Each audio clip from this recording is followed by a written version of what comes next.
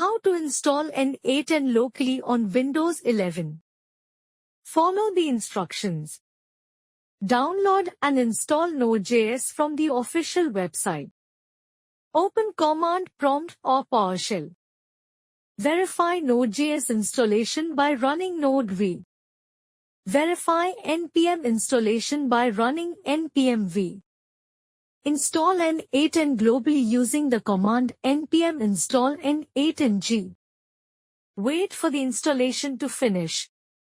Start n8n by typing n8n and pressing enter. A browser window will open at http localhost 5678. Create and manage workflows through the web interface. Keep the terminal open while using n8n or use a process manager like PM to run it in the background. Thank you for watching.